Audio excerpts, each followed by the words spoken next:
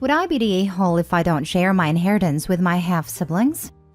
My father, 63, left my mom, 62, when I, 37, was 10 years old because he was having a baby with his then girlfriend slash now wife, 50. My mom was a stay-at-home mom and didn't finish college because she had gotten pregnant with my older brother, 42. My father was an idiot who made a divorce as horrible as possible for my mom. We ended up moving in with my paternal grandparents.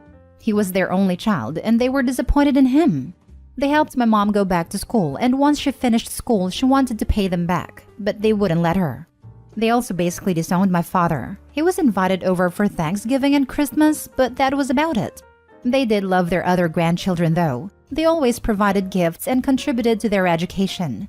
My grandmother passed away a few years ago from breast cancer, and my grandfather passed away last year from complications related to COVID, and he left everything to my brother and I.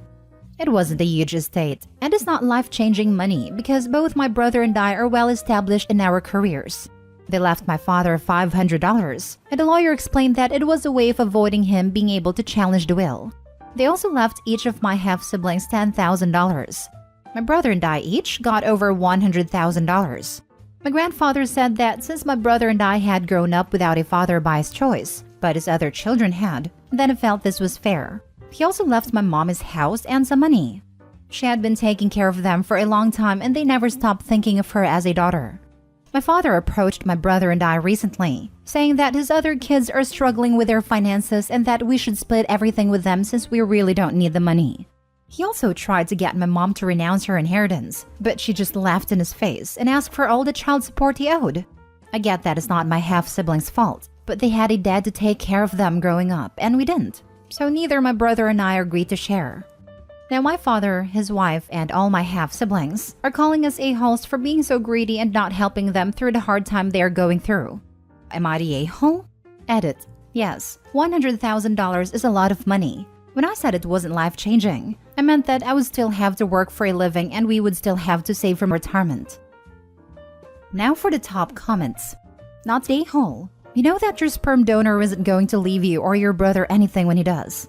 Your grandmother and grandfather loved you and wanted to help you guys. And I'm glad your mom had their support. They sound like wonderful people. They were. My grandfather taught us more about being men than my father ever did. And my mom was in the hospice with my grandmother when she passed away. They loved each other very much. Think about it this way, OP. Your father wasn't only physically present for his younger children, he was financially present too. Every dollar that should have gone to child support for your brother and you was kept by him to raise his other kids. In that way, you've already given your half-siblings tens of thousands of dollars that were rightfully yours. Your grandparents were righting a historic wrong with their own money, even though the wrong was not theirs. It was both fair and thoughtful of them to do. I'm sorry for your loss. This is a very good way to look at it. According to an article in the Washington Post, the average annual cost of caring for a child in the US is $17,000. It checked out when you were 10. Even if you allow for part of that $17,000 a year being your mom's share of the costs of raising you, when considering the $10,000 gift to the half-siblings, seems like you broke pretty even. Not the a-hole. You don't owe your half-siblings anything. This is your grandparents trying to do right by you after failing to raise a son that would. Your grandparents sound like wonderful people, and I'm sorry for your loss. Thank you. This money was an apology from your grandfather that the kid raised turned out so lousy. Half-siblings don't deserve anything more than they already got from the grandfather. Also, you know for sure that if the situation was reversed, none of them would give you a dime. Next story. Am I the a-hole for not giving my sister back to my dad? I, 28 female, have a pretty messed up family dynamic. I'm the oldest of 5. Then there's my little sister, Jenna, 16, female. Then 2 boys, 14 and 12. Then another girl, 9. Our mom blatantly favors the younger 3. I moved out when Jenna was 4, but I've always babysat her. She slept over at least 1 weekend a month, and we talked every day. Both boys have a learning disability and anger issues. The youngest girl is just a brat, and I don't speak to any of them. My mom enables all of them. Then there's my dad. He's spineless, but he is sympathetic to Jenna. Around 18 months ago, my dad called and asked if I could take Jenna, then 14, for a few months. He wanted to leave our mom and wanted her to be in a safe place. I took her in, and at first things were okay. My dad gave me a couple hundred a month to help with her expenses. He visited a few times a week and they FaceTime daily. Over time, the visits became less and less, and the payment stopped. My dad hasn't seen Jen in 4 months and hasn't spoken to her in 2.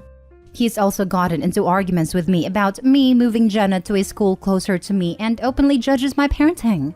I was driving Jenna to a crappy school with 2/10 rating, 20 miles away every day, when there's a school with a 9/10 half a mile away. Jenna has been with me so long that I'm actually in the process of buying a bigger house for us. We're in a 2-bed, 1-bath, and we're moving to a 5-bed, 3-bath. A couple weeks ago, my dad called and told me he got a house and he wants Jenna back. He has custody of all of her siblings and bought a 2-bed, 2-bath condo 60 miles away from me. I've talked to Jenna and she doesn't want to go. She doesn't feel safe sharing a room with her siblings. She doesn't want to change schools, and she doesn't want to be 60 miles away from me. I told my dad that Jen and I don't feel comfortable with her being so far from me and having to share a room with her younger siblings, so she's going to stay with me. He said that I can't do that and she has to live with her parent, but she hasn't lived with him in a year and a half. She hasn't spoken to him in 2 months and hasn't seen him in 4. I'm going to court to have her stay with me, but my entire family, except Jen of course, is against me. So I wanted to know if I was the a-hole. Not the a-hole. At 16, Jenna should have significant say in where and who she lives with. Your dad cannot claim you are unfit to care for her because you've been doing it for 2 years. His 2-bedroom condo is not big enough for the kids he has, since minimum is 1 room for boys, 1 for girls, and 1 for parents. I suspect he wants Jenna back so she can take care of her siblings, which is not her job. I was going to say exactly this. He wants her back so she can babysit the younger ones. You have a super strong case in court, and she should have a say in who is her caregiver. You're not the a-hole, and I'm so happy Jenna has you looking out for her. Not the a-hole, but he's also right. You can't do that. He's her parent and a parent legal guardian, and she was staying with you with his permission. You need to talk to a lawyer ASAP if you want to dispute it. I do have a feeling that you're being biased by your poor opinion of your family and kind of stuck in the attitude that it's you and her against them. The fact that there would be 4 kids, boys and girls, sharing a bedroom would look pretty bad if it came in front of a judge. And her wanting to stay with you and him asking you to take her in the first place would look good, but the laws on this vary a lot. And some judges just wouldn't care. If he's as spineless as you think, he might just cave rather than going through another custody battle. But if he reports her as a runaway, you're likely to have a knock at your door and a police car to drive her home. I am her legal guardian. Not the a-hole. Lawyer up. At the very least, a consult with a lawyer that practices family law. Save receipts, proof of supporting a dependent. Bank statements, proof of you paying for all her expenses. If your dad did deposits, point out how he pretty much stopped. Letters from teachers. Establish a link to stability. Possibly get old school records of her grades improved. Letter from your mortgage company and or credit report. Proof of financial stability and the ability to support both you and her. Dates of FaceTime, texts, emails, and phone calls of both of your conversations with him. It shows your story is not just word of mouth, and a decline in communication and what his plans are. Good luck. I have a consultation with a couple lawyers today. Next story. Am I the a-hole for screaming at my husband and mother-in-law over spray arts of my late husband? In 2011, my husband passed away in a car accident. He was with our eldest son, who fortunately survived with minor injuries. The accident and his subsequent death was extremely unexpected, and it really hit our family hard, but mostly my son as he watched his father die. One of my son's favorite hobbies was street art and spray painting. His dad got him into it, and he'd been doing it frequently before his passing. Afterwards, he stopped. He barely even wanted to talk about his father despite many attempts at therapy and interventions. But then on the day before the 5th anniversary of his death, I woke up to him spray painting outside. He was busy with it all day and finished on the anniversary. It was a tribute to a moment we had on the last family trip we went on, but he added wings on his father. He never spoke about it after that and hasn't sprayed painted again either to my knowledge. I met my husband in 2019 and we married last year. He moved in with us with his daughter and everyone's been getting along. The only problem came a few weeks ago when my husband brought up his discomfort of having to see my late husband's face every time he looks outside. I explained to him that I understood how he felt, but in the end of the day, my late husband wasn't just a husband. but a father, and the artwork was done by our child as part of his own grieving process. He wasn't happy, but seemed to accept it. Yesterday, I was having a very stressful day for a plethora of reasons that I won't bore you with. The point is that, when I got home, I was already on edge. My mother-in-law was home and made a comment about how inappropriate it was to have an ex's face plastered outside, as if it was the first time seeing it, but whatever. I told her I wasn't in the mood today, and she said something about me not having to not be in the mood today had I removed it when I decided to commit to another man. My husband also decided to chirp in to say he'd already tried talking to me about it, and that it was a waste of time. And that's where I lost it. I don't even remember what exactly I was saying, but I just started screaming and going off at them. Generally about how much it meant to my son/our family, and I didn't want to hear about this anymore. My husband apologized to me later, but also mentioned that I shouldn't have screamed at them like that though, and that it could have been handled better even though they were admittedly wrong. Am I the a-hole? Now for the top comments. Not the a-hole. And I'm sorry, did they label your husband who passed as an ex? You're a freaking widow. Your son wanted to memorialize his father. So if that's how they feel about memorials, then maybe your mother-in-law will like having her grave passed on. You are so far from the a-hole, and I am sorry for your loss, and that your son had to bear witness. Yeah, I'm surprised nobody has picked up on the fact that they're just jealous towards a dead former husband. Very that. It's a memorial honoring a loved one from son to father. If anyone spoke ill of it to me and I was the OP, I'd be right insane. Let's also talk about how OP said she had a hard day, stated a boundary of not being in the mood, and mother-in-law did not care. That's another strike. OP, again, you are not the a-hole. At the end of the day, screaming at family member is never going to be the best choice, but you are without a doubt not the a-hole. Thank you for defending your child and his grieving process. You sound like a very empathic mother. And make sure to photograph the wall well in case that artwork is ever lost, like if you and your husband move so that your son will always have it. Please photograph it in detail. Take time doing it. When he goes to college, give him a framed copy to take with him. Not the a-hole. They chose not to listen when you weren't screaming. Apparently, the only way for them to listen to you is when you're out of patience. It's very frustrating to deal with people who have to be told no over and over and over again. And when you finally snap and yell, they say, "Why didn't you just say so?" Last story. Am I the a-hole for telling my mom to prioritize me if she wants to see me more? I, female 16, have parents who are divorced like many people. My dad married my stepmom 3 years ago. My mom got married to my now stepdad 2 months ago. My parents' custody agreement has always been 50-50, which worked well, and my parents were able to co-parent well even though they got divorced.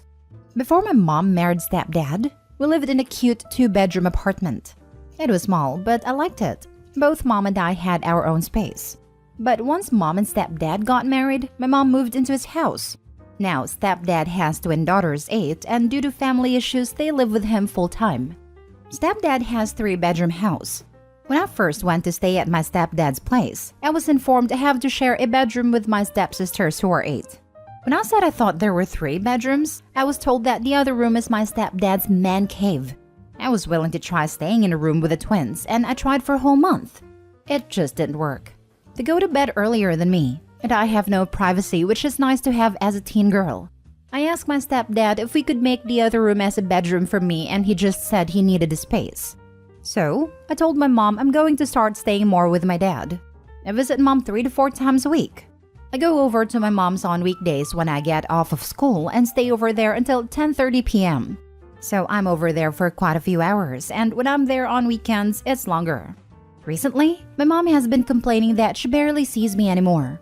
I told her I'm sorry she feels that way, but it isn't right I'm expected to share a room with 8-year-olds. I also said it's more understandable if we truly didn't have the room, but we do. Stepdad is just being selfish and you're agreeing with him instead of prioritizing my needs as a teenager.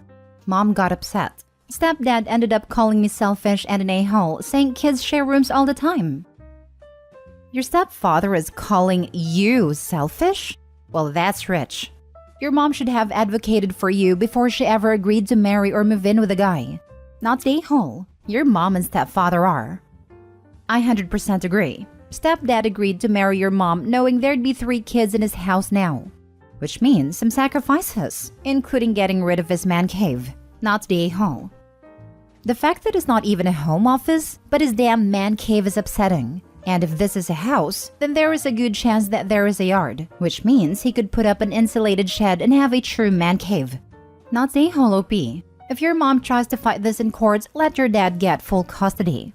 There are very few judges who would look kindly at this situation. In my state, blood siblings can be made to share, but half-siblings and step-siblings are required to have their own spaces. If siblings are more than 5 years apart in age, they are required to have their own spaces. And brothers cannot share a room with sisters over the age of 7. Not an issue here, just part of the spiel I've had to memorize over the years working with foster parents. Not the a-hole. You're the child. Your parents need to provide for you. Your own space is the best thing for you and the twins. Your stepfather is a parent.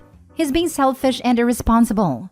If it were an office and he worked from home, I'd maybe see it differently. But no, he doesn't get a man cave if he crams his 3 kids into another room. What are his poor twins going to do in their teens? I'd say get the custody arrangement rewritten so you're 100% with dad.